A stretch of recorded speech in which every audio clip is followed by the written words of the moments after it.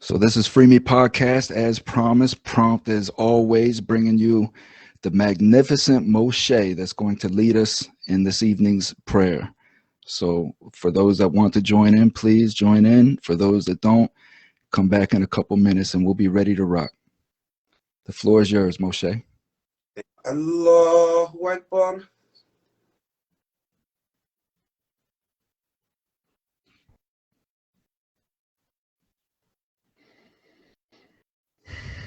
Alhamdulillah Rabbil Alameen. Ar-Rahman Ar-Rahim. Malik Yawmiddin. إياك نعبد وإياك نستعين اهدنا الصراط المستقيم صراط الذين أنعمت عليهم غير المغضوب عليهم ولا الضالين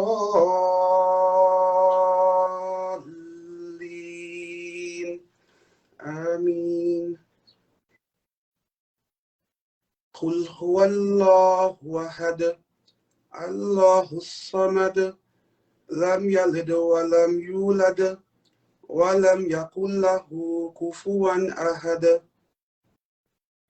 الله أكبر.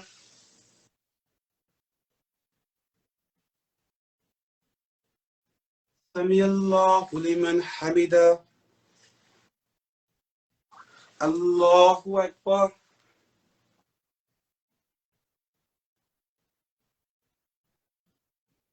الله أكبر. الله أكبر. الله أكبر.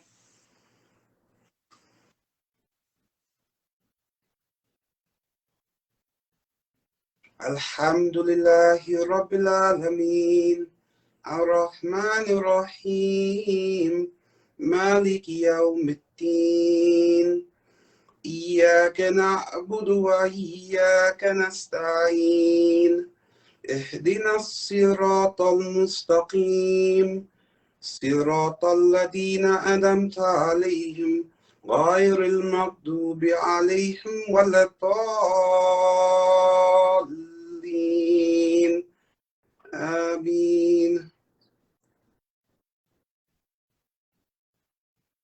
عما يتساءلون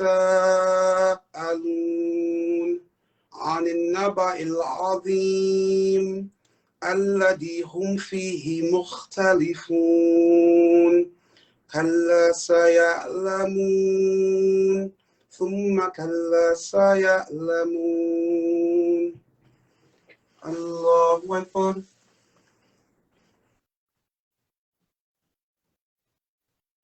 سمع الله لمن حمده. الله أكبر.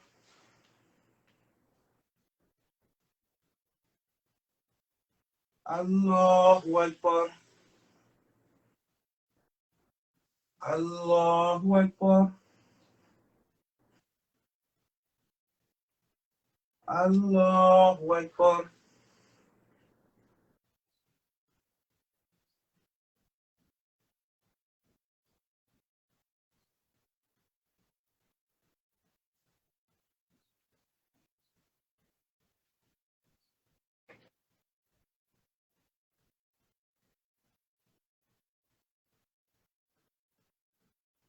الله أكبر.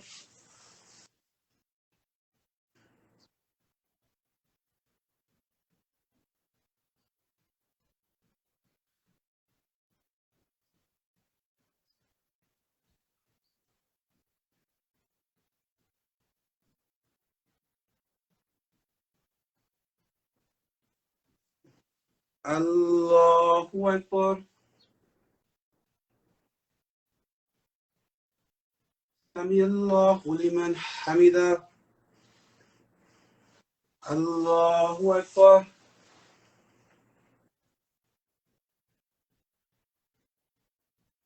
الله أكبر. الله أكبر.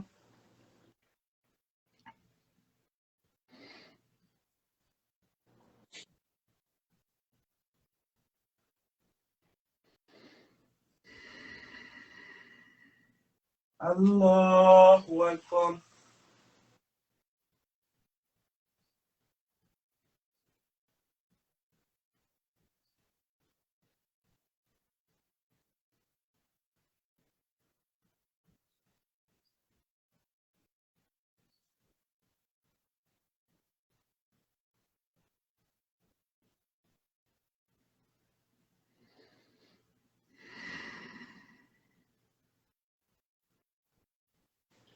Assalamu alaikum wa rahmatullah.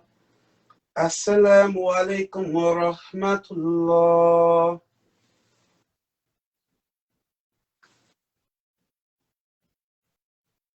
Thank you, my brother.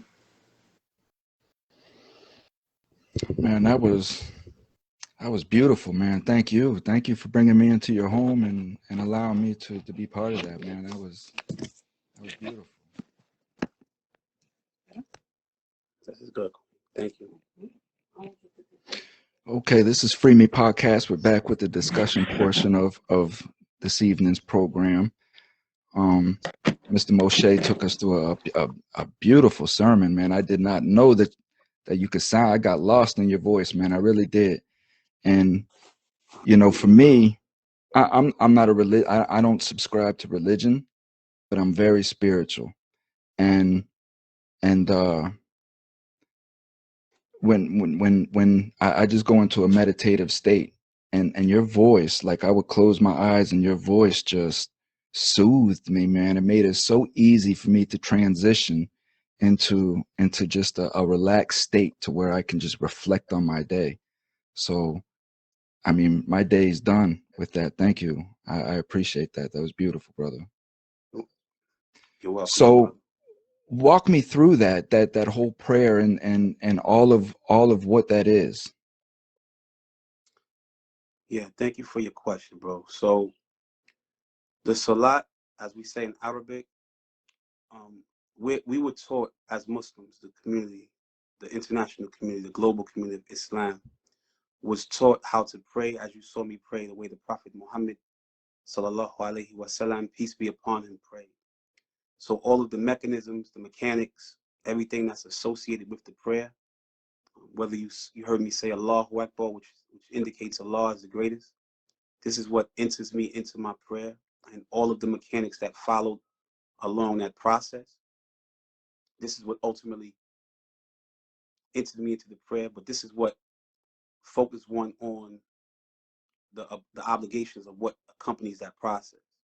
So everything has a meaning from the time that you raise your hands to you putting them on your chest. Some say it's permissible for you to put it on your stomach. For you going into your knees, which is a position called ruku, until you standing back up. The goal is that each part of your body is in total submission. But it's not something that I'm doing at my own accord. It's something that was taught to us by the Prophet Muhammad, peace be upon him.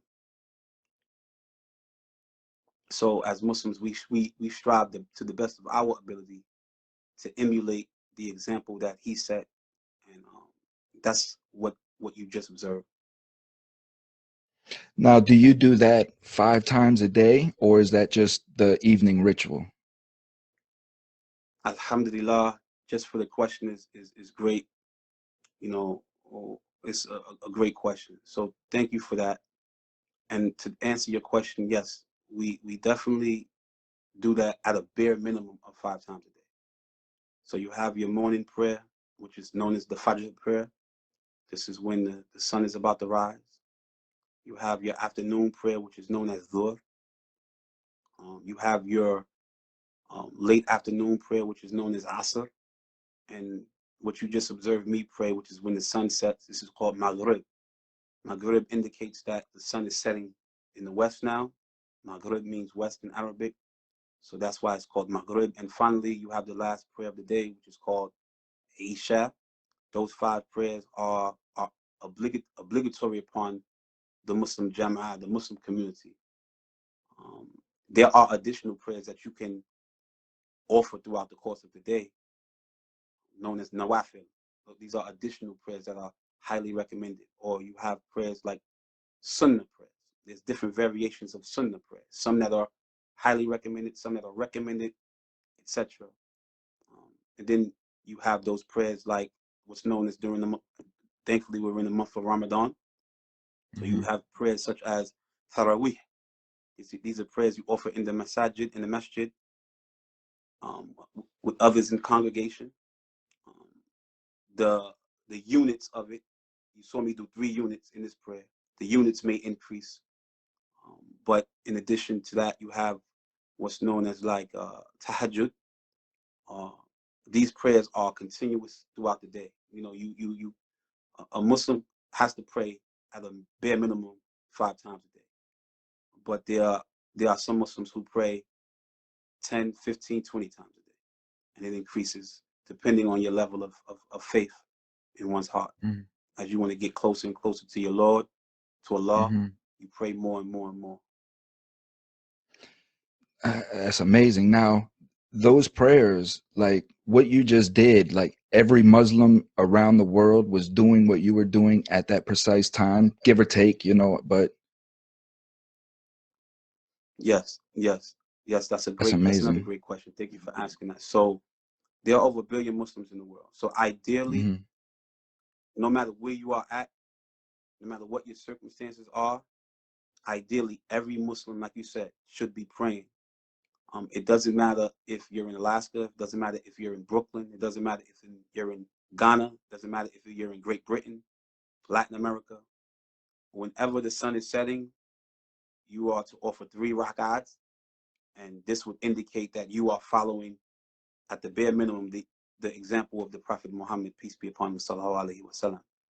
So the importance of that is that there is uniformity in the prayer, because all Muslims are doing exactly what they know to be what the Prophet taught his followers to do. Mm. So Moshe, I mean, take me from womb to womb. Take me from your birth to your rebirth and everything that happened through that and to how you became the disciplined man that I see in front of me now. Well, thank you for the question. So I was born and raised in East New York, Brooklyn. I'm a '70s baby. I was born in '77. So I grew up in a very violent community, but my household wasn't like that, right? I come from a very, very structured background. My father, his name is Soke as Papa Son Canty. He was a 10th Dan in martial arts. He established his own system of fighting. He was a grandmaster, in fact. Along with 2 of his other colleagues, they established their own system known as Kuroshi Do. So my father was a world-renowned martial artist.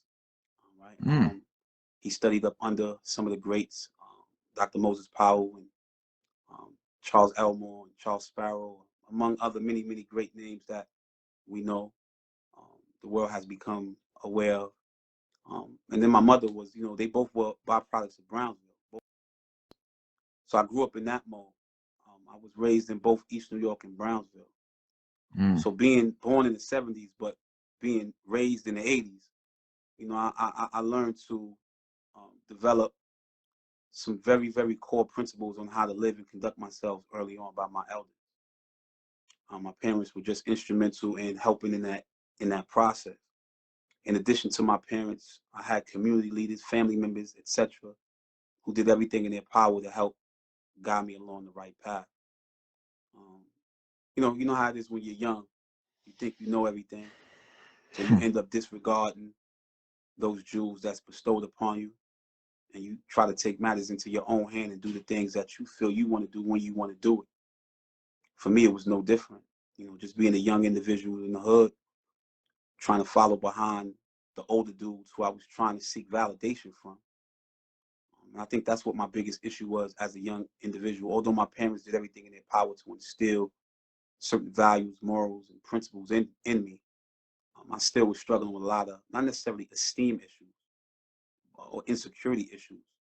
But after my father and my mother separated, I definitely had this feeling of um, seeking a abandonment issue, so to speak. This fear of being abandoned, and I now know that my seeking validation from my peers in the streets was directly correlated with the absence of my father. That trying to fill that void and stuff like that. So I did a lot of foolish stuff. In At one what age neighborhood. was that? Well, my father and my mother separated while I was at the age of 3, and Mm. but that didn't mean that my father wasn't actively in my life. In spite of that, I spent significant amount of my childhood with my father. Um, Not just me, but I have a bunch of brothers and sisters who we owe our all to in terms. I mean, my father's um, our respect for my father in that regard for him moving around and making moves and doing what he was doing. So I have brothers and siblings that I'm very thankful for. With that being the case, I ran the streets, being disobedient, but it wasn't something I had to do. I didn't come from, let's say, a dysfunctional home. Although poverty existed within the community, um, there wasn't. I never knew what struggle was in that regard, and I didn't come from that.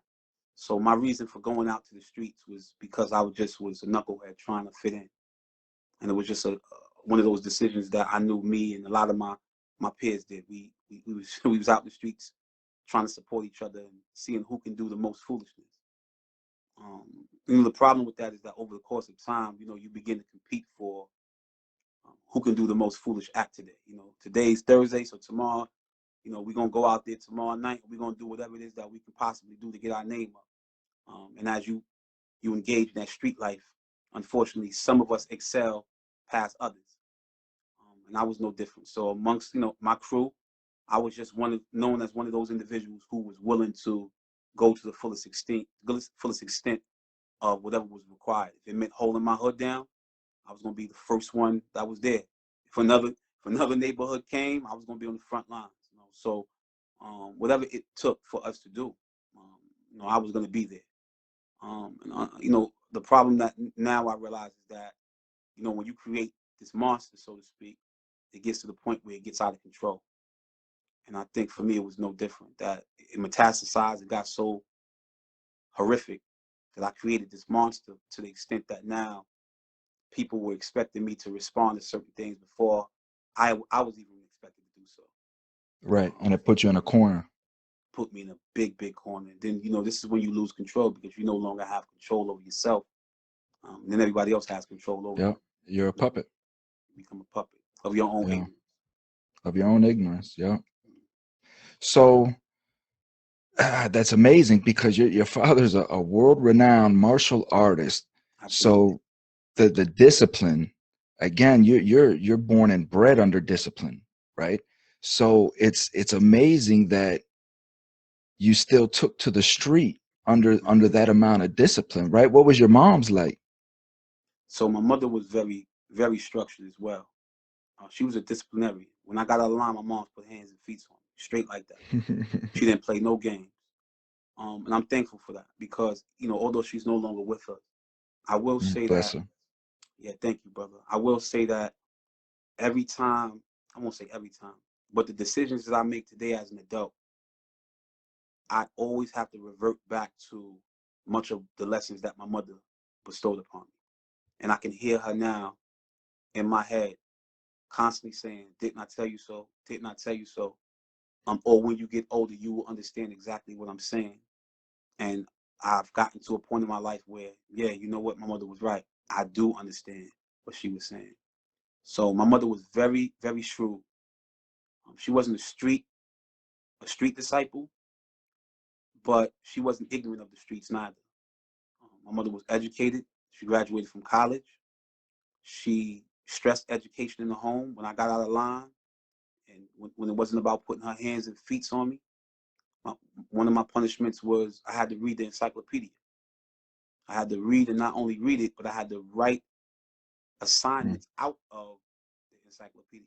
So I was very, very smart, but at the same time, I chose to make poor decisions. So administrators in my school couldn't understand how could a kid be so bright, but yet his behavior is so horrible.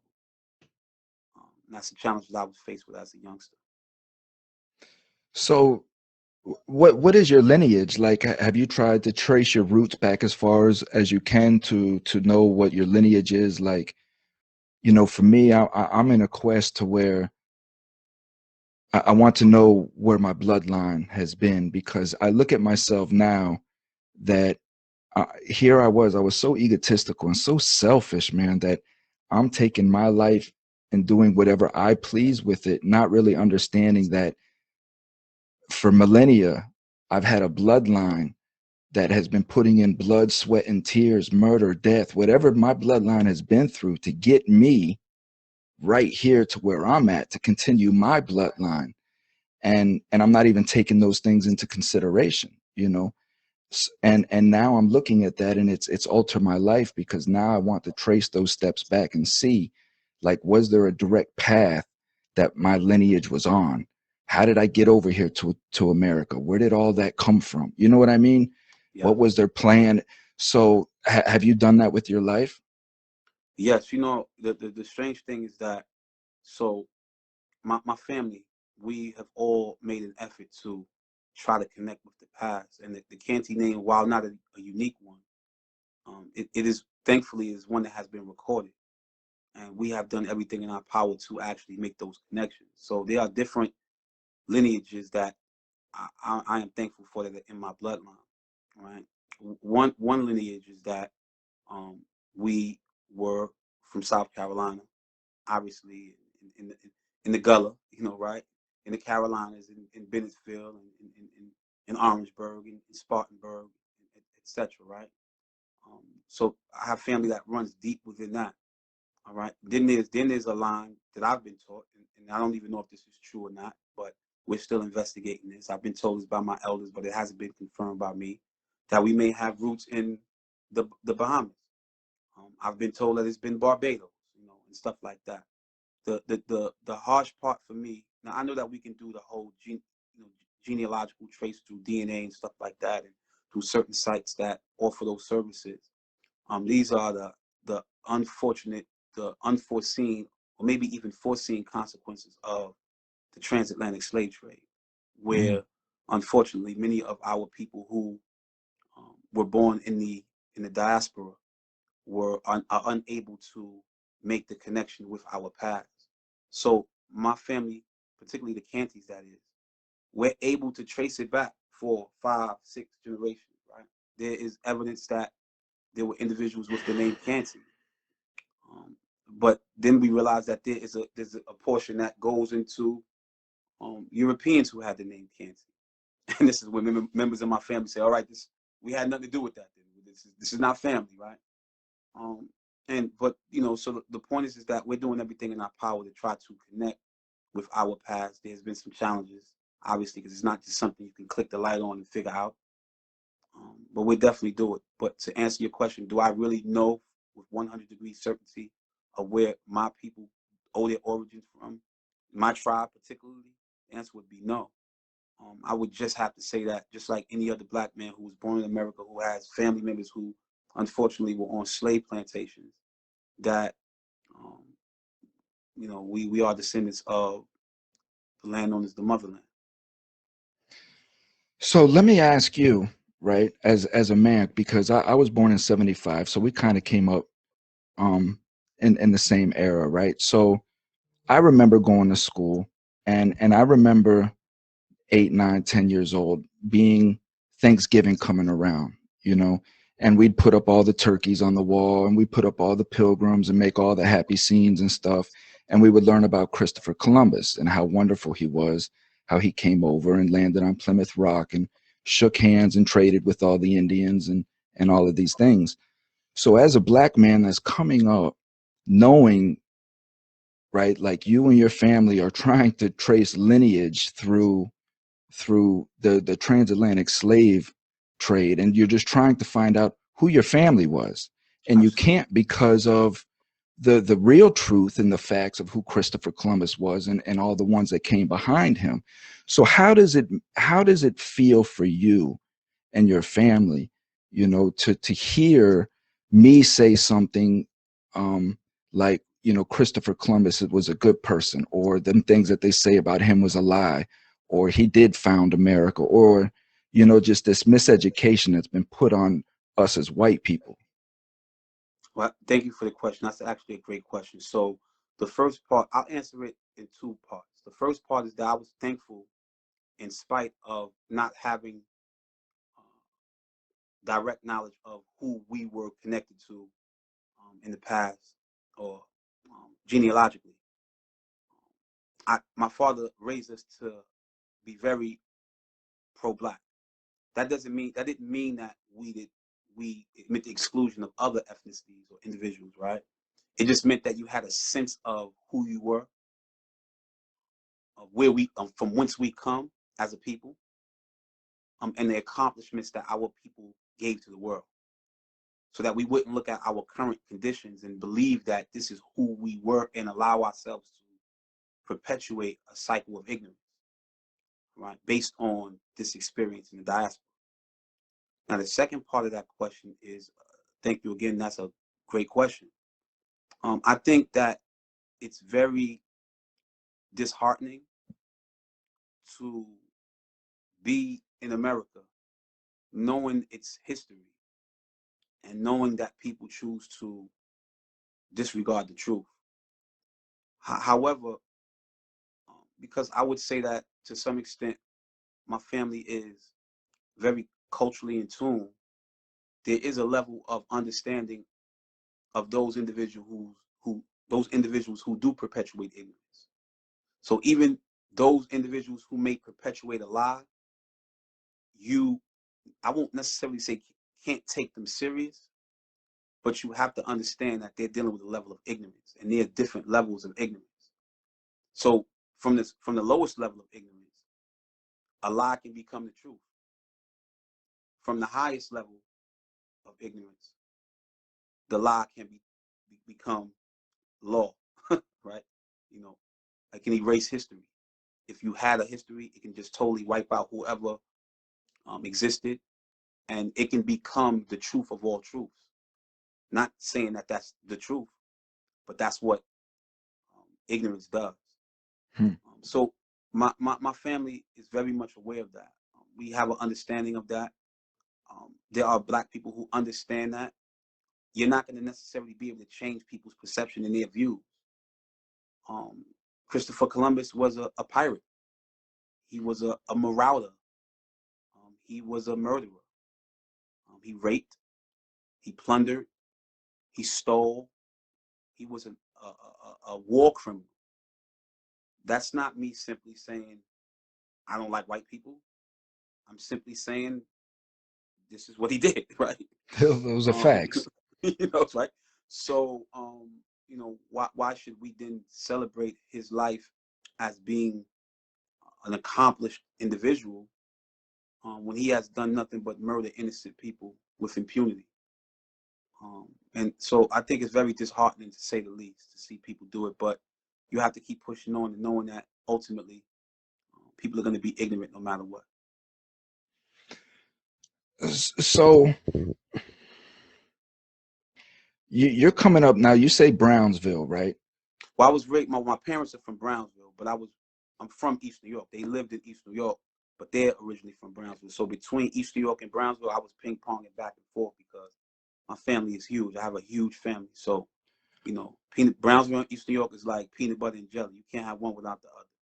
But I'm from East Okay. New York So myself. so mid '80s, late '80s, going into the '90s, crack epidemic is bulldozing through.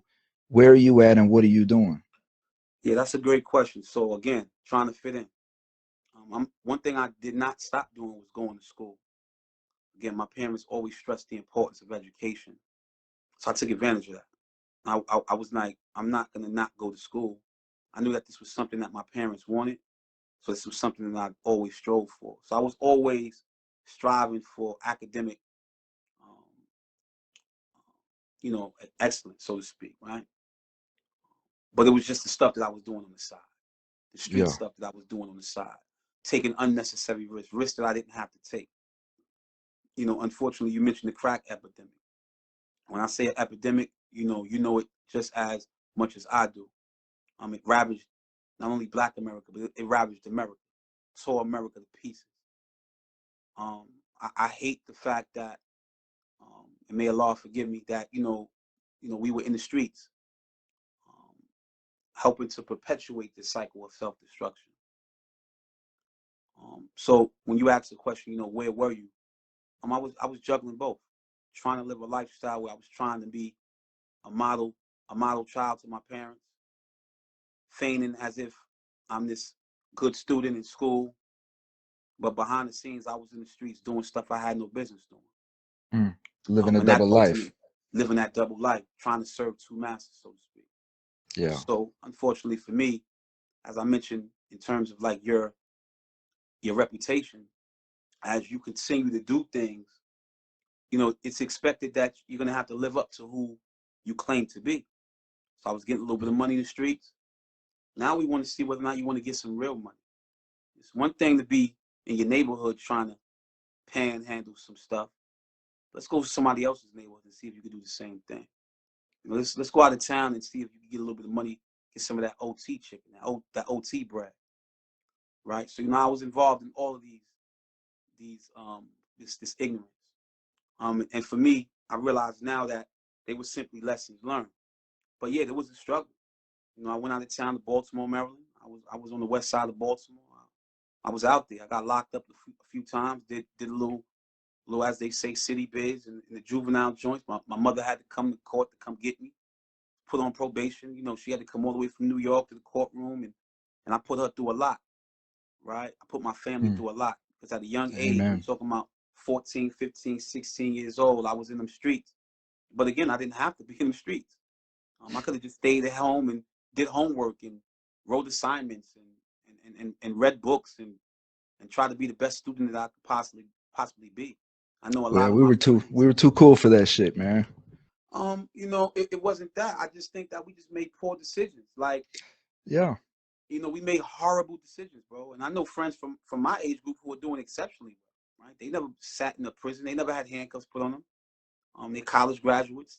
Some have masters, some have PhDs, some have credentials. Big homes. They're doing great things. Some live out the country. Some live in Dubai. Some live here. People are doing great things. It's just that they made better choices, and I just chose to make some poor choices that ultimately led to my demise, me getting incarcerated. Once you get incarcerated, you know this from experience. It seems like once them cuffs go on the first time, it's over after that. And that's what happened to me. Once them cuffs went on the first time, it was like a snowball effect. It went from one incident, Moshe's locked up for some drugs, he's locked up for some more drugs. Moshe got locked up for putting his hands on somebody. Moshe got locked up with a weapon. Moshe got locked up for shooting somebody. And it just got worse and worse and worse. And it just metastasized until, it was a cancer, and I became to eat at my own self. And that's ultimately what led to my demise. So you sold drugs. What's the biggest you've got to? Like, what was you carrying weight? Was you traveling with weight? Nah, it wasn't even like that. I was a petty crook, man. You Mm. would think that I was this big, elaborate, I was a part of some sophisticated unit. I'm not even gonna sit up here and try to claim to be like that. I was a petty criminal, man, operating with illusions of grandeur, you know, trying to trick myself into believing that the little bit of money that I was getting from 62 grams or 125 grams, I thought I was Pablo Escobar. Yeah, let's get it. I'm Yeah. getting this, I'm getting big time money. And I didn't realize at the And your time that I guys are was. you're just coming off the tail end of Frank Lucas, Nicky Barnes. All Yeah, of those those those guys are. guys those guys was the real heavy hitters. Those '70s guys. Nowhere was I couldn't even, in terms of that street life. Not to In terms of what they were involved in. I couldn't even sit in the same building with them. I was a below average individual, trying to act like I was somebody other than myself. Trying to do things that was beyond my ability to understand at the time. So I'm not going to sit up here and claim as if, don't get it twisted. There was a lot of money flowing in that black underground, right? Um, and and I was one of those individuals who had who was fortunate to touch it, right? But I wasn't those type of individuals that was getting a substantial amount of money where, um, you know, you'd have put me on some Yeah. big You're documentary or just something like you're that. just on the outside catching the flutter of the bills as they fall, while they're in there making it rain. I know. That's all. I'm just trying to get a little bit and keep it Yeah. moving. And I realized that I was nothing but a pawn in the game. I was just a pawn, and I thought I was moving my own pieces, but I didn't realize that somebody else was making moves for me. Moshe, have you hurt people? Unfortunately, yes. How bad have you hurt people? Well, see, there are different forms of pain. There are different forms of hurt. Living the street life, that you unfortunately you have to hurt, right? Um, but I think arguably the pain that you inflict upon those the most is the people who love you, people who have high expectations of you. The pain that you Mm, cause them when they have these expectations and you continuously, you shatter those expectations. So when I look at my mother, my late mother, my late father, I think is there no more two people on this earth at the time that I hurt more than my parents. That's not the lesson any of the physical harm that I may have caused any victim of a crime. And that and again, may Allah forgive me, and I don't want to sit up here and glorify any of my foolishness. I ask that Allah forgives me every day for anything that I may have done to anybody. Um, but in terms of like the emotional and the psychological pain that you bring your parents when they raise you a certain way, and all they want to see is you come up with those jewels, those pearls mm. that they've given you, and they want to see you blossom and become something great. There's nothing more demoralizing and more hurtful than your parents knowing that when someone asks for you, they have to tell them that you're in a prison cell. And I think that I've hurt them the most. That's how my father found out about me was Mm, they raided me at like 7:30 in the morning, and they had us in a tank, and they had me in a tank till about 7 o'clock that night without mm, no phone call, nothing like that. And they had all the press there. They had, the mayor there. They had everybody there with all these cameras. My father was sitting there watching the 6 o'clock news, right? The 6 o'clock news, eating dinner. And here I go. They flash across the screen, large cocaine bust. And out of all the people, they got to show me, right? They got to show me as they're walking through. And this is how my father had to find out about mm.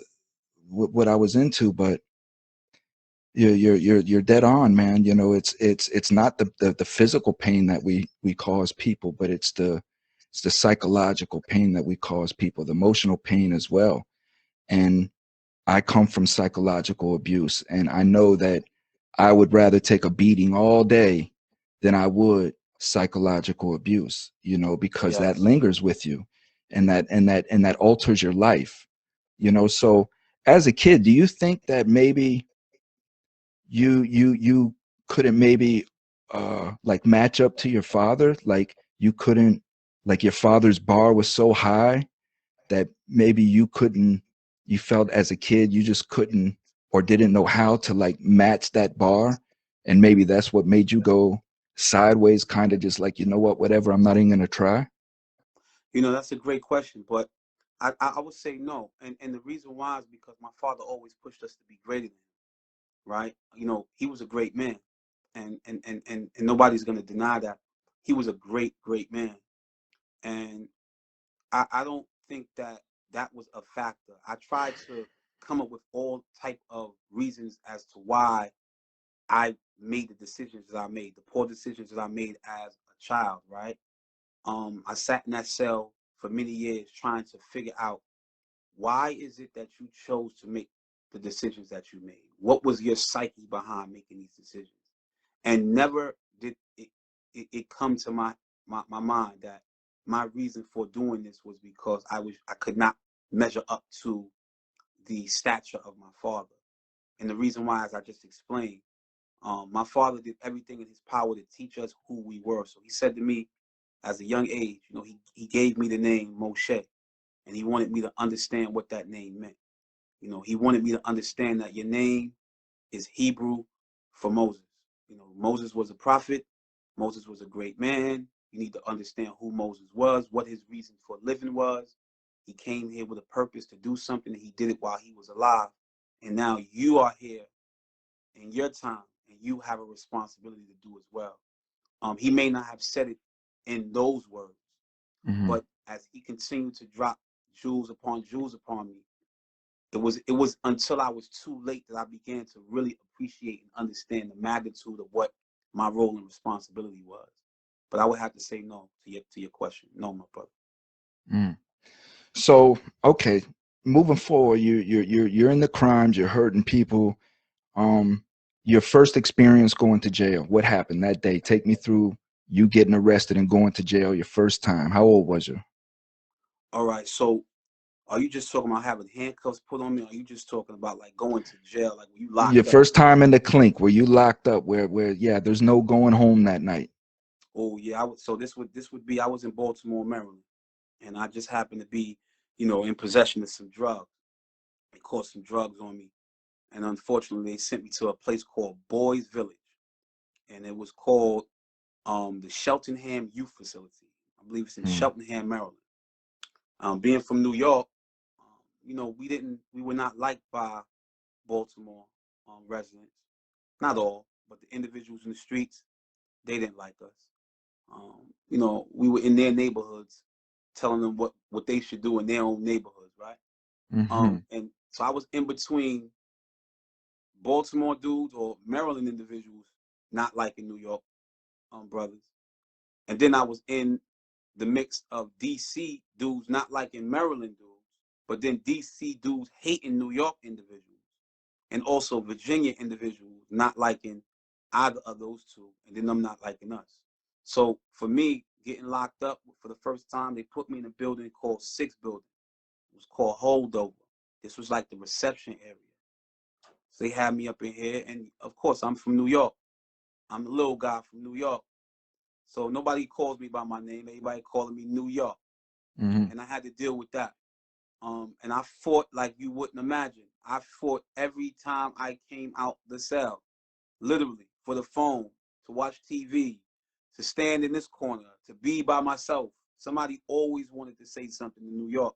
Yo, New York, what you doing today, man? Hey, man, yo, New York, come here, man. Hey, man, yo, sing me one of them songs from New York. Sing me one of them Rakim songs. I fought for that, stuff like that. I got jumped a lot, right? So that experience was tough for me, man. People don't realize that. So while everybody was going through the DFYs in New York, unfortunately, I didn't have to go to Spofford and DFYs and go to Tryon and stuff like that. Some of street, my street crimies, that's the itinerary that they took. That's the incarcerated route that they took. For me, I didn't take that route. I took a more non-traditional approach. I was getting locked up out of town, getting yeah. jumped by country boys out of state, right? And that experience was rough for me. But I was fortunate to know individuals in the streets who also got busy, and they was from the Baltimore streets as well. That they was a part of my team. My man got killed though by police out there. But when I was fighting, like you wouldn't imagine, he ended up coming up behind me. His name was Bud, my man Bud. And I was moving from building to building. So I went from 6 buildings, and I went to 8 buildings. And I remember being in 8 building one time. I was in recreation pens, and my man Bud had just came in getting locked up. And he called over to me, man, and he was like, "Yo, man, I'm hearing that they trying to give you some problems over there because you from New York, man. Don't worry about it. I'm gonna rectify it." So next thing I know, everybody coming up to me talking about, "Hey, New York, man, you want some snacks? Yo, New York, you want this? You want?" I said, "Damn, my boy Bud get busy," but it also was because he knew that language. He knew the vernacular. He knew the language of the people. He had a reputation of getting busy, and these individuals knew I wasn't a sucker. My only crime was I was just from New York. So I ended up doing 2 skit bids out there. One time I got locked, I did about 60 days. Another time I did like 90 days. And from those 2 bids, the first time my mother had to come get me from court because technically I was a minor. All right, at the time I was about to turn 17 years old, but I was 16. Mm. Right, getting locked up out there. So they didn't. Their system is they didn't send you to the adult jail. They would send you to the juvenile joints, and that's how I ended up going to what was known as Boys Village. Boys Village was a very, very, very serious spot. A lot of people didn't survive there. Individuals was getting killed up in there. I'm talking about young adolescents was killing dudes. But unfortunately, I was thankful by the grace and mercy of Allah that He spared me, and I was able to use that experience to make me stronger moving forward. What was the white to black ratio? Wow. And that's yo. I don't even remember there being any white people in Boys Village. Not to suggest that this was, but it was so predominantly black that I don't remember any white people. And if there So was, it would have been he ain't very stand a hard. chance. It would have been hard for them to basically come in there. If I was from New York and I had issues and I was black, I'm almost certain that somebody white, they would have been freaking. Oh my god, that would have been horrible. That would have been really bad. Do you think the courts know that and don't send white kids to that school for that reason? Do you think they That's a punish great them question. differently? I don't know that they. I don't know if that's a factor as to why they don't do that. I can Right. say that not sending them to the institution itself is a factor. Is a reason why they don't want them to even go in there in the first place. But Yeah. that being the reason, because they're white, they don't want them to be around black people. No, I don't think that that's related to it. I just think that it has a more sinister scheme than that. So you get out of the boys' gladiator school. What Yeah. happens then? How So did I you come. feel? How did you feel the first night that you got locked up and that door locked on you and you couldn't go home? Do you have any thoughts on that? Yeah, I got some serious thoughts on that. The first thought was like, I'm giving up this life of crime, dog. Like I don't want to be in no cage, right? I wasn't on some, yeah, I did it, I made it. Nah, I want it out now, right? I want to get out now, and I want out now, right? But I also was smart enough to know at that age the rules of the company that process.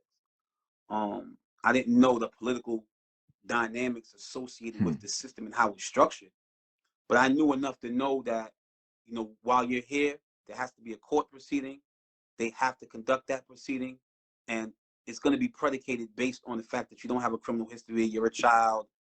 I knew that enough to know that I wasn't going to be sitting up in there for 20 years, right? So, but to your question, I mean, I wasn't emboldened. That came after I was released. Mm. Because while I was there, I was doing push-ups every day, sit-ups. I was getting right. So I was up in there fighting every day.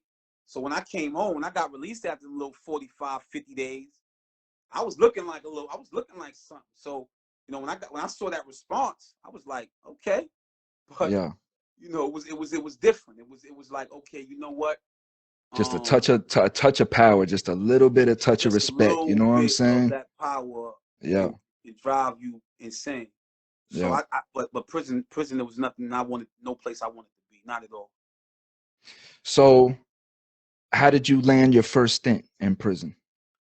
Oh, unfortunately, so I coming back to New York, I ended up getting locked up because I got into a situation in my high school. I was going to Canarsie at this time. Canarsie is in Canarsie, Brooklyn.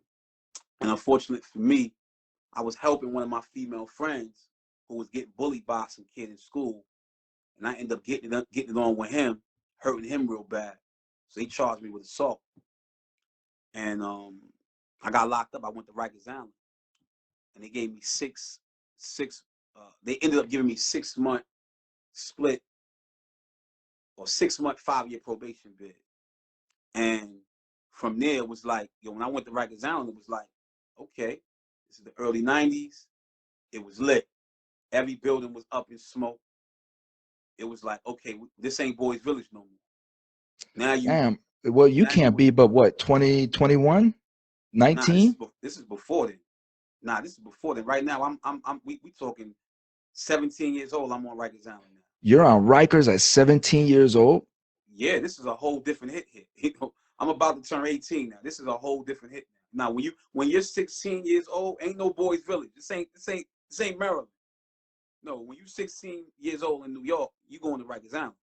When Damn. you might at 15. I know some 15-year-old kids that went to Rikers Island. Believe it or not, that's another story. But that's a true story. But yeah, when you were that young, you either went to Spofford, and then from Spofford, if you were convicted of a crime as a juvenile, you would go to the many different institutions across the state of New York that you would either go to Goshen, you would go to Tryon, among other facilities. I'm not familiar with them all because, like I said, I didn't. Harlem Valley was another one. This is where they sent all of the kids who were, but these individuals was 12, 13, 14, 15. That's When you turn crazy, 16 years old, man. you were considered to be an adult.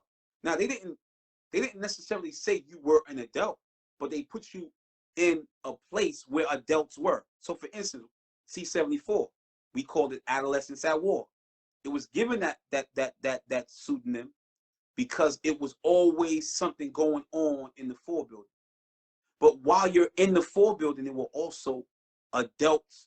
There were adult dorms and adult cell blocks in the 4 building. So when you walk to the mess hall, if you did go to the mess hall as an adolescent, you were going to the mess hall with adults. You wasn't going to the mess hall with just your adolescent dorm. That came later. Those rules came later. So there was times where you were literally in the mess hall. So if a fight or a melee took place in the mess hall, and the team came in to shoot mace and gas and all that stuff like that, you were in there with adults. And there's been many times where individuals done popped off on adults. Adolescents, we done got it on with grown men in the mess hall. Yeah. Food fights, throwing food at grown men. Jits, It was man. crazy, right? So this is how the island was. You wasn't with no kids, man. You was with men. So that was my first time experience of being on Rikers Island. 17 going on 18 years old. Very, very young. So And I'm very, sure. very, very, very frightened.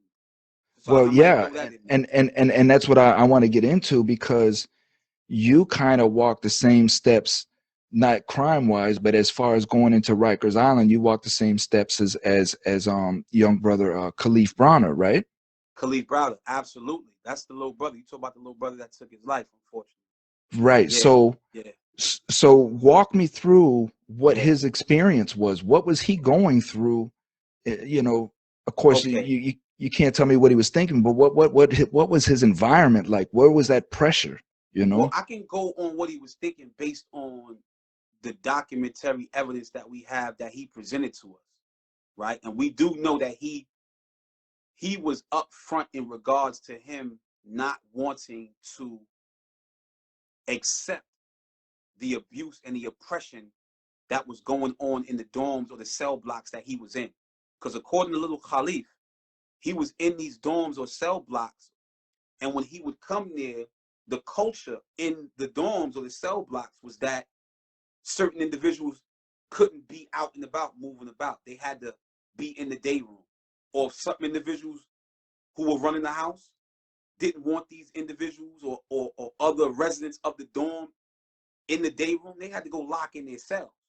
So essentially, it would just be the individuals who are allegedly running the house out in the day room or on the galleries. So they're being told to do certain stuff that they didn't want to do, whether it was giving up phone time or going to commissary and giving up their goods. And so Khalif, he wasn't a gang member. He wasn't a part of any gang or what have you. But for him, he just didn't want to be a part of that culture anyway. The only thing he wanted was to get the hell out of prison. So he didn't want to, and the officers, what made it even worse was that you had officers now who were working in cahoots with certain detainees and was allowing these detainees to do stuff. So they just turned a blind eye and allowed individuals to run rampant in the crib. So if dudes was getting beat up and jumped in the back, then the officers just turned their blind eye. And this is what Khalif didn't want to be a part of. He like, I'm not a part of it. So he got into a lot of fights going from dorm to dorm, and everywhere he went, his reputation kept being built that he was somebody who wasn't with it. That's why if you ever remember him saying that, he just kept saying, yo, I wasn't with it. I wasn't down with it. Not being with it meant that you were an outcast. Not being with it meant that you were really the one that was fighting up for your beliefs, that you was fighting up for what was right. But everybody else that was involved in the culture of oppression and abuse was trying to make these individuals out to be the individuals who were the bad guys. Khalif was a real stand-up young man. And he just, unfortunately for him, he couldn't deal with the stress that accompanied the process of being incarcerated, because he spent a lot of his time, the three and some odd years on Rikers Island, he spent majority of that in solitary confinement. So for somebody who hasn't been in those conditions, they would never know the mental impact that one endures on a daily basis and the struggle one is going through to deal with himself in those circumstances. And he just couldn't deal with the pressure of the circumstances, the pressure of what was going on around him, whether it was the societal issues, the cultural issues within the prison, his personal issues within himself. You know, so much stuff was going on that he probably it became too overwhelming for him. So I could say, although I don't know exactly what was in his head, to your point, I do know that he was under some very stressful circumstances. And although he was in society later on, he just couldn't deal with it, unfortunately. Let's talk about that knowledge a little bit. Let's talk about that knowledge and that pressure, right? Because you and I had talked previously, and you Mm-hmm. made it aware that you spent a great deal of time in solitary confinement as well. Um, Absolutely. and it's imperative of you to discuss, Yeah. what solitary confinement does to a human being. Oh, we. So your first time going into solitary, how did you get to solitary, and walk me through that experience of being in prison. Okay. So, like you said, man, I got sent to, we call solitary confinement on Rikers Island, we call it the Bing. I got sent there from HDM back in 1998. This was actually my first time going into the Bing. Prior to being on Rikers Island in my previous times, as an adolescent, I was never in the Bing as an adolescent. But as an adult, this is my first time of actually being in a cell within a cell. Now, out of state, when I told you that I was locked up in Maryland, they would lock you up for, let's say, a weekend. You had to stay in your cell because you was fighting all the time. They Yeah, would lock yeah. you up for a week. You would have to, you would face that. So that was like really my first experience of that. But being that there wasn't too much stress associated with it, I guess because I knew I didn't really appreciate the magnitude of what was happening to me at that moment. I still was young. I was ignorant to a lot of stuff. So although I was in a cell, it really didn't weigh on me as much, right? That came later. And when I was an adult now, and I realized the impact that I had or my incarceration, the adverse impact that it had on my loved ones, was when I began to really appreciate the space that I was in. And when I got put into solitary confinement, of now walking into, at the time, what was known as OBCC, um, the Bing, it was like, you're in the Bing. When you get there, you got your toilet to the left, you got your sink where the water's coming out, and you got a Mm. bed that's pretty much made out of the concrete slab in the wall, and one window. One little small mattress, little small piece of soap, little small toothbrush, and you on your way right now. You lucky if you get a pillow. And you better keep your mouth shut, because if you're lucky, you got a mattress, right? So this is the type of situation that you're faced with, where you're locked up in that cell for 23 hours a day. In the Bing, we were in a spot that had 50 cells. All right, you had 25 on the bottom. I think it's 100 cells. I apologize. 25 50-50. on the bottom. No, I'm bugging. 25 on the bottom, 25 at the top. Cells 1 through 13, 14 through 25, 26 to 38, 39 to 50. See how fast that court came back? I'm trying to forget it, but I don't want to. But it's 50 individuals in there. So you got a total of 5 floors. So the building, when you walk to the building, it's actually looking like a project building, right? It's 5 stories, with the exception of one side on the first floor and one side on the second floor, and another side on the third floor, I believe. Every other spot is being occupied by 50 individuals, with the exception of another on the third floor as well. So And the for Bing me, is always full. the Bing, when I was there, was always full. It was never Always empty. full. Now we're seeing, thankfully, to Hope Solitary, and among other groups that have struggled and fought on the front lines to put an end to solitary confinement. We're starting to see many of the boxes around the state of New York. 23-hour lockdown is now a place that is not as jam packed as it was in the 90s. When I was on Rikers Island, the Bing was always full. So going there for me, it was definitely a psychological issue for me, a struggle for me, because one, I'm now thinking about my family on the outside, the harm that I caused them during of being incarcerated now for a serious offense, which could essentially take me off the streets for 30 years. This is when now the weight of my decisions began to have a different effect on my psychological makeup. So you're in solitary, and how long was your first stint in the Bing? I can't say off of hand. Um, uh, First stint was Was it probably weeks, months? nah, it was months. It was probably like 6 months, like six Mm. months. It was like about 6 months. I can't give you a definitive count, but I'm gonna estimate roughly and say it was about 6 months. I think So probably six around. months.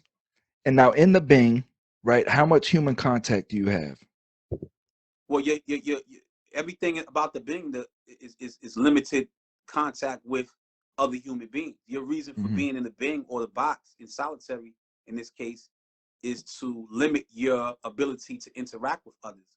Because you've misbehaved in prison, you no longer have the right to be in the presence of other individuals where you can interact with them physically.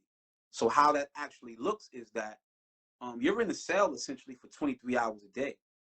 So the only time you're actually able to touch someone else is when either the officer is putting handcuffs on you when when you're in the cell and you're trying to come out the cell. Because every time you come out the cell, you pretty much got handcuffs to your back. You're not coming out the cell without cuffs on you. When you go on a visit to go see your loved ones, you're not in a humane space. You're actually in a cage. It's like a dog kennel. And your family member is in the dog kennel with you. They occupy the dog kennel with you. So there is physical intimacy and love with your family. But if you're able to touch the next person in the next cage, because he might be your man, you're able to do that, right? Or if you have, let's say, a co-defendant, it might be that you and your co-defendant together could go on a visit, whatever the case may be, like that, with family and loved ones who may come to see you together, like what was happening with my case, right? Me and my brother, my co-defendant, we would go down together, family coming up to see us and everything like that. So we're together in that space. But if one of us is too violent, like in many cases it was, then we wouldn't even be in that space. We would be in our own individual cage. Um, so that's the only physical interaction. Now there are instances in which you can try to physically harm others, but they were few and far between. But when those incidents did happen, they happened. You knew how they were happening. That was your only way of interacting with individuals. Only way, whether in court, on the bus, it was very limited. But you did Yeah, what it's you very could under the limited. circumstances. And I mean, I used to sit there for Moshe no less than 3 or 4 hours, right? Throwing a string across a hallway, trying to get a string all the way Mm, down to the next doorway mm, because he got a shot of coffee down there and they ain't had no coffee in 2 days and my head is mm, pounding mm, and mm, I'm just down on the floor. For real, I'll sit here and I'll reflect back on some of the things that I used to do just to get by through a day.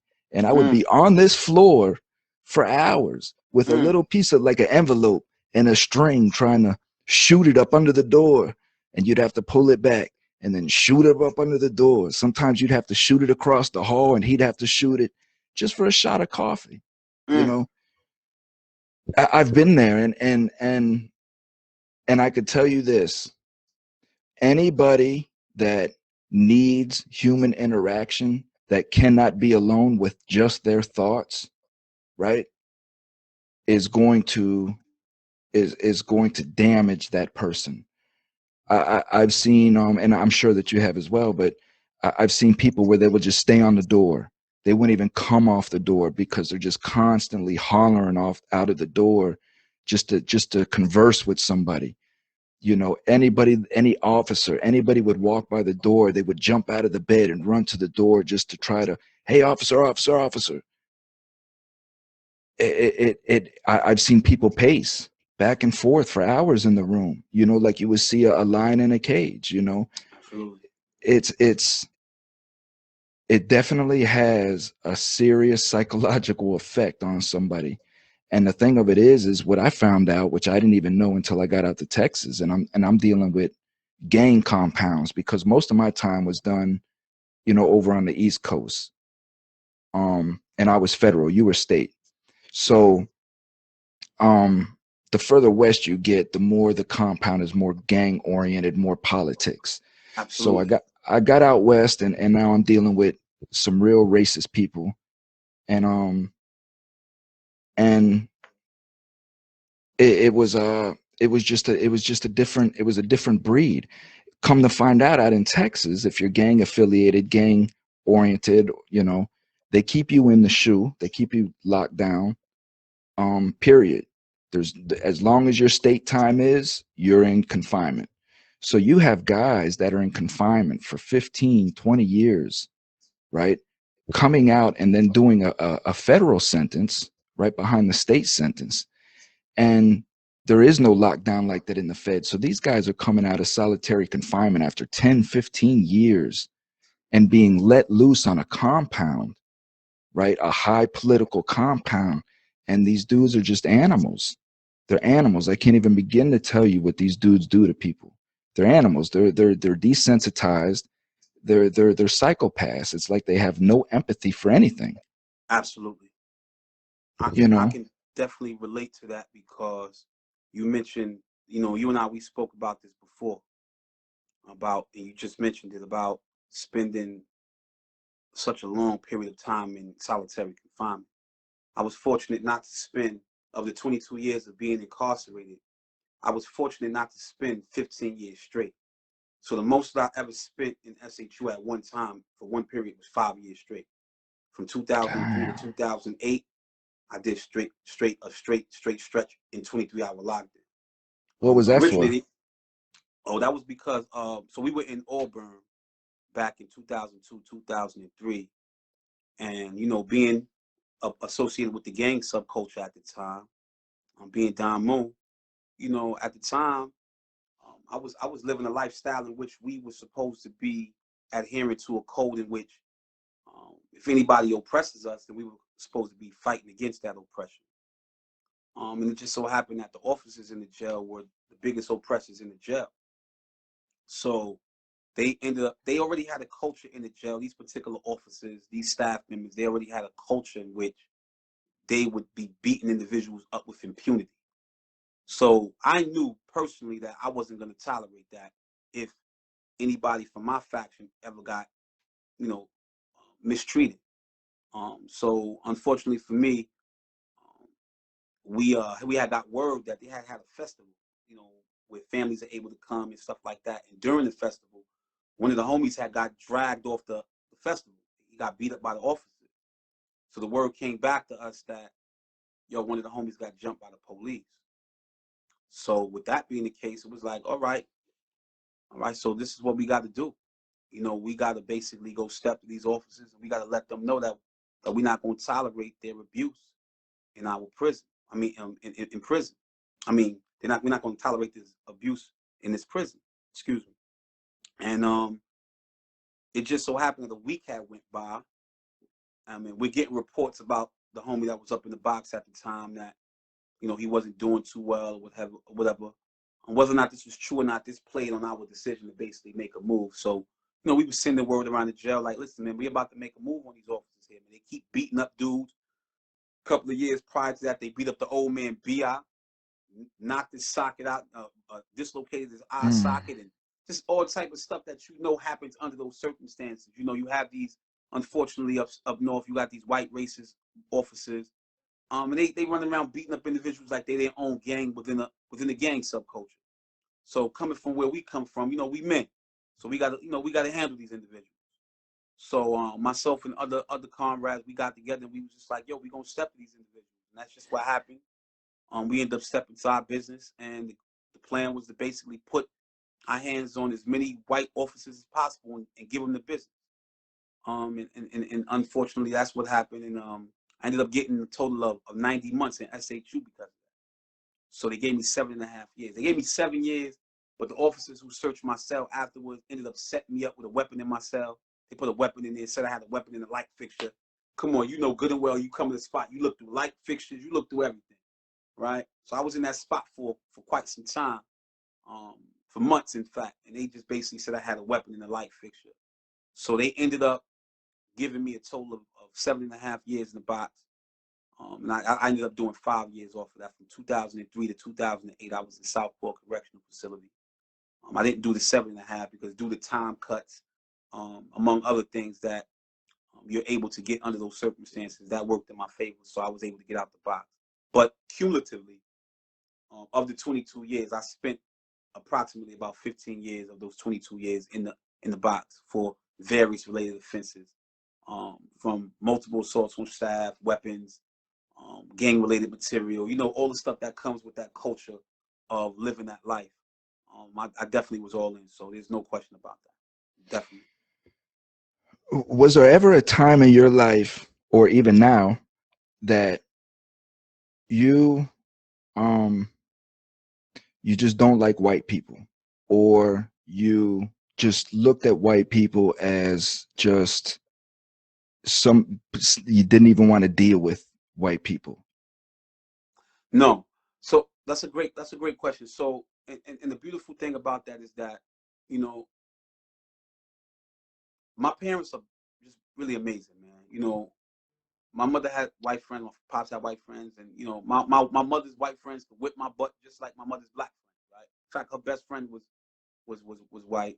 She was Eastern European. She was actually from Russia, Asian and, you know, European, but her name was Tanya. She could put hands on me just like my mother could, right? So the notion that that was the case, it just wasn't there.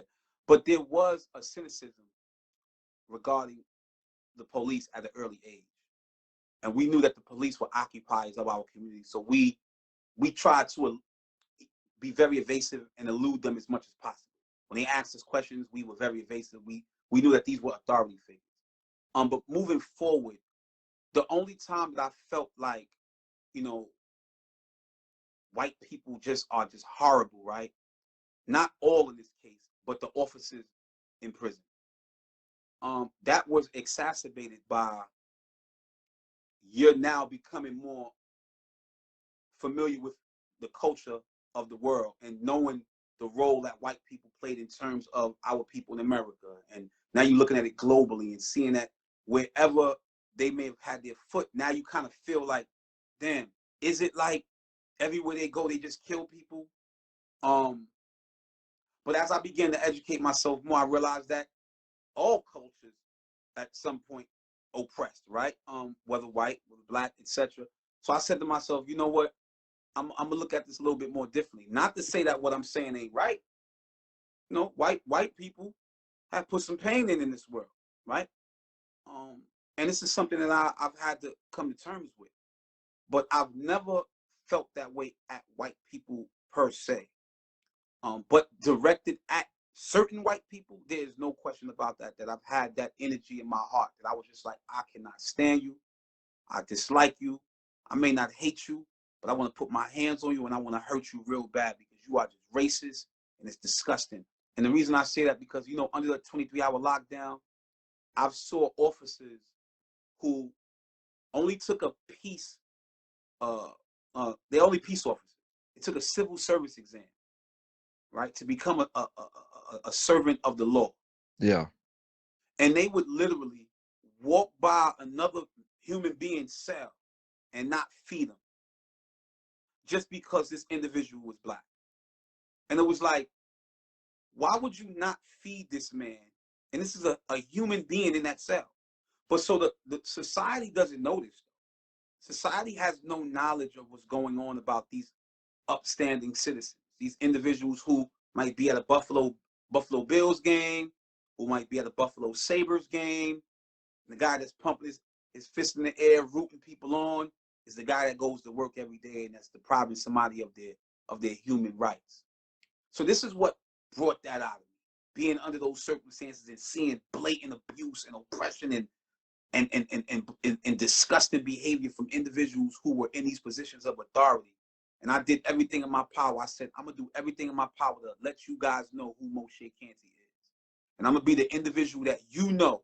When you say my name, you're gonna think twice about when I come to this jail, you know I got the ability to shut this whole jail down. I want you to know that. So if I'm gonna be in here, you're gonna treat me like a man. And this is why I ended up spending so many years in that box. But I never felt like that, bro. And I never feel like that now. Did Have you ever saw like black CEOs attacking white inmates? Absolutely. I Yeah. hate it. Absolutely. They're the worst. So would you say that that uh that officers in general, like, I guess what I'm trying to get to is would you say that prisons are racist, right? Or is it more like a almost like a class issue as far as like inmates against cops? Great question. I think it's a class issue, but I think the environment fosters individuals' biases, their fears, their values. An officer may come in and be a white dude and be mad cool. You be like, yo, this dude is all right, man. Only thing he do, he got a job, he come to work every day, he just started, he don't want no problems, man. He all right, man, he a good dude. Black CO come by, worse than the white CO. You be like, yo, man, how you black, man? You acting like that? Yo, I ain't black. I'm French Canadian, as they say, stuff like that, right? We heard all of it, right? So it's like, all right, cool. So is it racism in this case? It can't be racism because if I'm black and you mistreating me, then this can't be racist. But if you white and you not mistreating me, then this can't be racism. So yes, it has to be class. But then now flip it now. This officer then now becomes desensitized or indoctrinated over the course of time, where now this once cool officer a year later, he on the beat up squad. He looked different. His haircut looked different. He got a crew cut. He got the black gloves in his pocket. He down with the black gloves crew. You like, damn, that dude was cool. What happened? He beating dudes up, calling them the N-word. It's a different environment. So was this always in you? Is it class now? So then you have a hard time trying to distinguish whether it's class or race. So they're intertwined. There's a marriage between those two. All right, they're not diametrically opposed. They actually work in harmony with each other. So it's very hard sometimes to distinguish between um, class and race. The prison itself is a place to hold bodies. The manner in which people are placed in these environments could be racist, right? Right. Because That's exactly, yeah. rich people don't occupy these prisons, right? It ain't a million rich people in prison. Right. That would indicate class. There's 13%, allegedly 13% of black Americans, black people in America, but they make up 57, 60 something percent of the population in prison. That would mean that it has a correlation between, in my opinion, between race and class. But that's just my way of seeing things.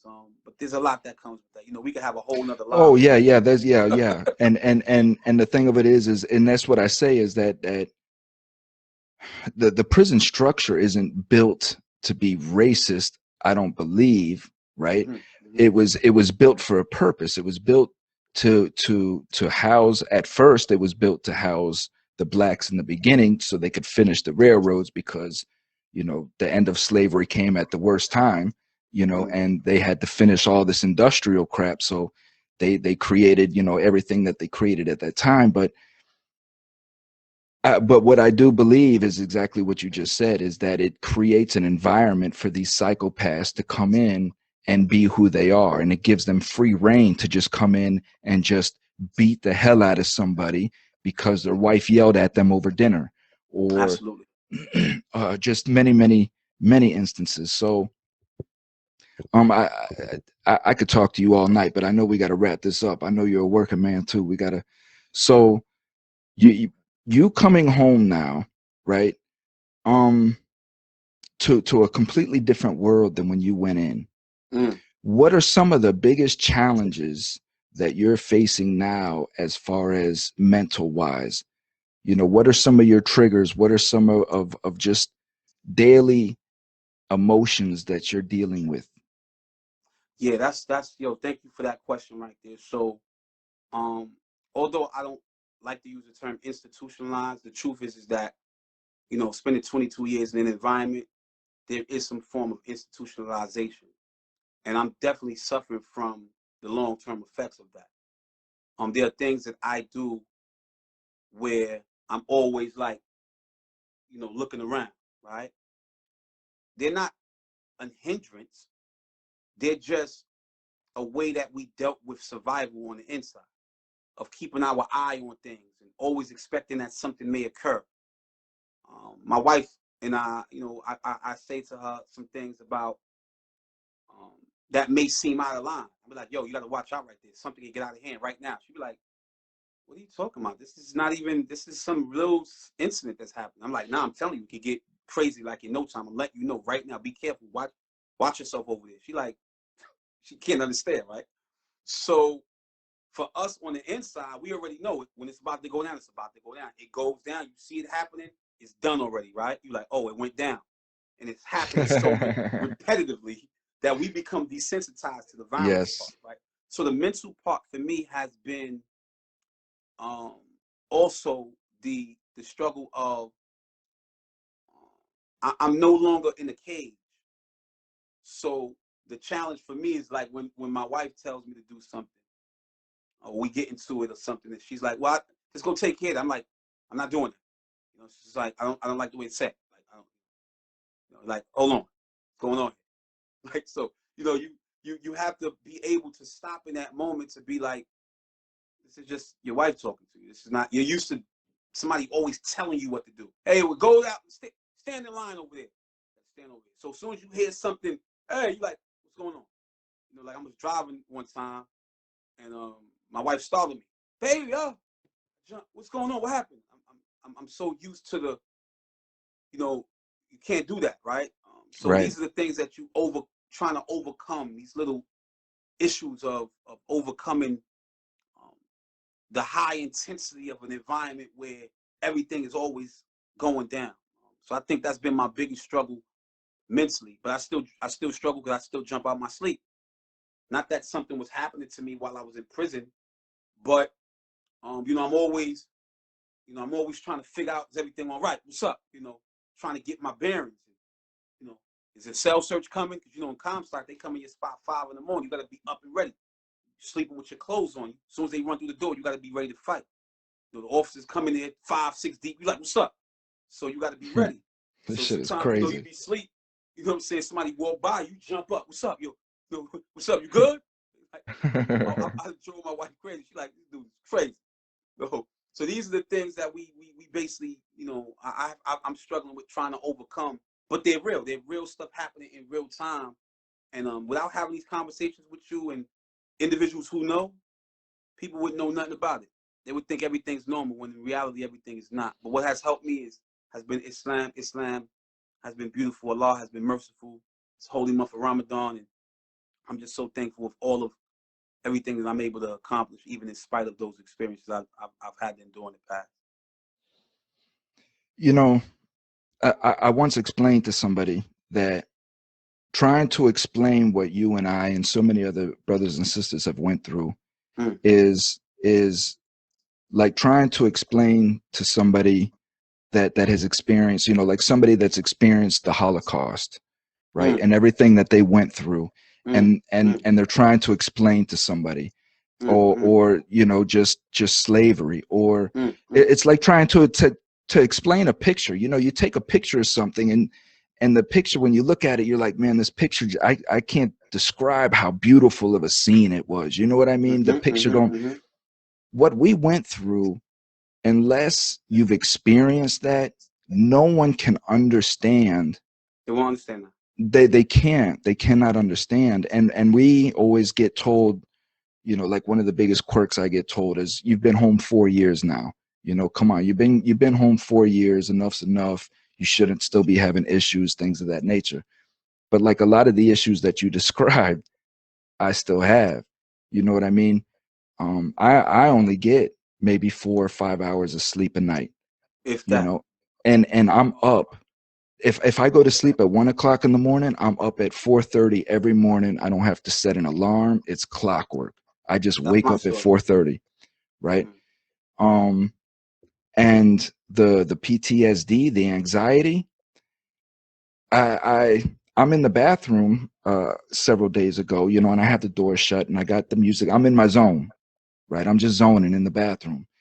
And she came and opened the door and entered into the bathroom, and I didn't see her until I turned around. And just her being there, I mean, I struck out, like, because it was just that instant, like, just of somebody being right on top of me without me knowing. It was just an instant, like I grabbed her, and I'm like, you can't do that. Please don't ever walk up behind me like that without me Yeah. knowing. Do you know what Yeah. I mean? Because I flash. It happens before I even understand what's happening, because of, like you say, waking up every day, right? And not knowing what's going to happen that day, not knowing what's going to happen when you walk to the chow hall, not knowing what's going to happen when you walk back from the chow hall, not knowing what's waiting in your cell for you. Just Mm. every day for years and years and years, living under that, not knowing what the next moment is going to bring. Because, like you said, shit can pop off at any moment. At any moment, man, you're dealing with psychopaths, you're dealing with people who've been confined in solitary confinement. For those of you that don't understand solitary confinement, let me explain to you like this. You're already in prison, right? Your mentality, you're already in prison. These people come to wherever you're at with handcuffs, right? And 9 times out of 10, it's a riot gear, whatever the incident is, but they come with handcuffs. They handcuff you on the compound. They walk you across the con. Now, this isn't all compounds because, of course, there's safety issues or whatnot of that as well. But Absolutely. they walk you across the compound in handcuffs to a building that is another prison inside of the prison. So you have to go through electronic doors, and then that's it. When you go through these doors and they shut, you don't see anybody else. If you want a good picture, you can go to my homepage, Thomas Free Me, and what I have there at the top. It's just a hallway of cells, and it's it. It's like an endless hallway, Mm. and I don't know how to explain it after that. It's just everything changes, and my life altered in solitary confinement. Mine You know, too. it broke me down to the point to where I had to make a decision, and thank God I chose wisely, you know. So, Moshe, we got to get back together. Um, I want to run another one with you. The next one I want to run with, I really wanted to get into the stigma of the Black Muslim. Yes, we Um, can talk about that. I want to get into, because as for me, and I know a majority of white people, when they hear Black Muslim, the first thing we hear of is racism. They're racist. Those are racist people. So I Yes. really want to break down all the different divisions of Muslim, what they mean, and so on, so we can try to educate and we can try to bring this divide together some. You know, I respect the hell out of you. I look at you. Likewise. I see a man of the cloth. I see a man of discipline. I see a humble man. I don't see anywhere where this stigma of anger, aggression, lies, deceit, all of this. I don't see none of that. I see a humble man who just is loving his family and is just trying to be as close to God as he can get, you know? And these are the kind of divides that I want to come across. I don't have to like you.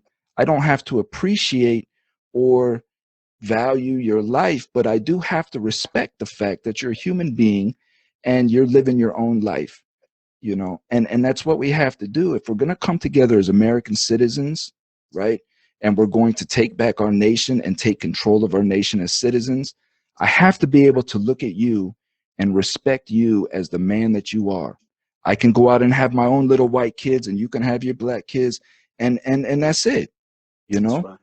right. I mean, for me personally, I chose to mix my blood because that's just what I wanted to do.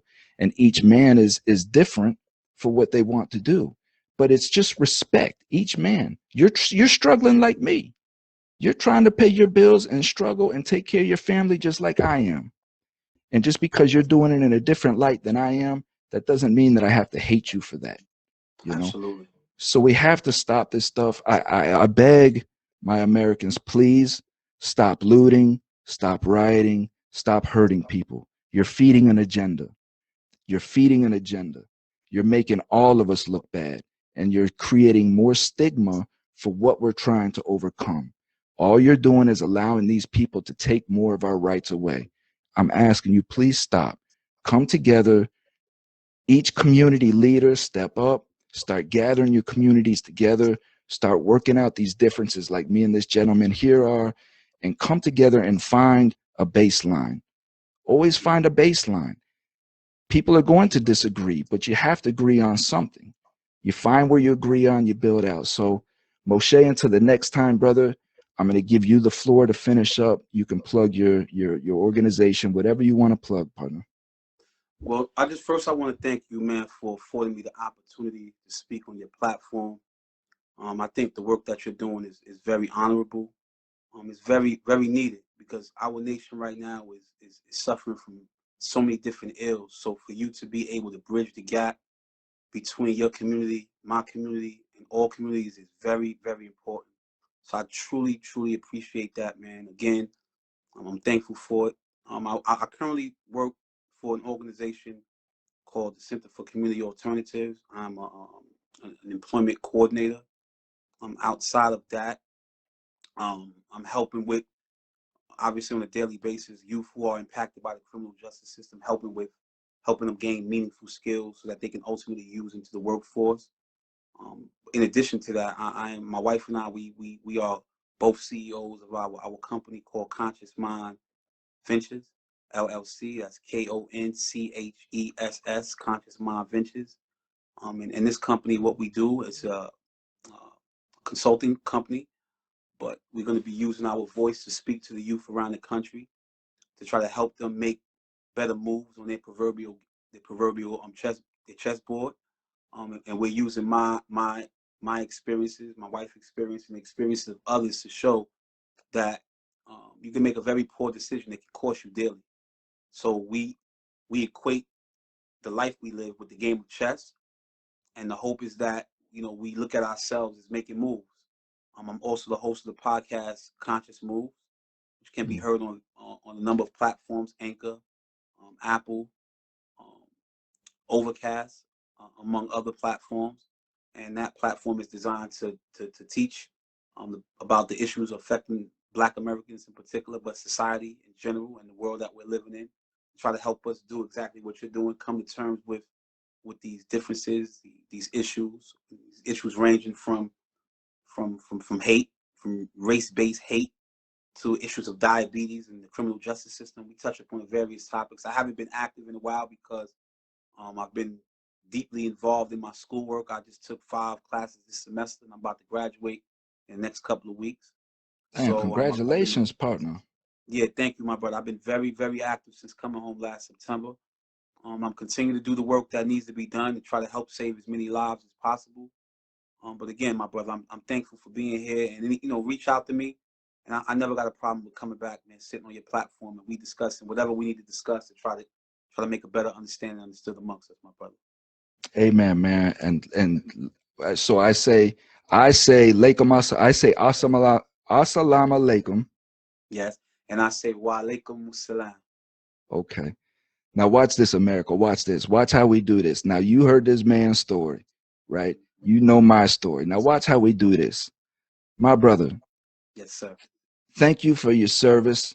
Thank you for changing your life, right? And and coming to grips with who you are. For you doing what you've done, I can express my love for you. And I can tell you that I love you for doing that because I'm a human being and you're a human being. And I understand on a spiritual level what we're here for. We're all here to progress and get closer to God. And the only way that we can do that is through love of companionship, love of God. So I have no issues expressing my love towards you, and I wish you the best. I wish you many blessings for you and your family until the next time, partner. Okay. Thank you, my brother. I appreciate it, man. Thank you, man. Those feelings are mutual, brother. Thank you.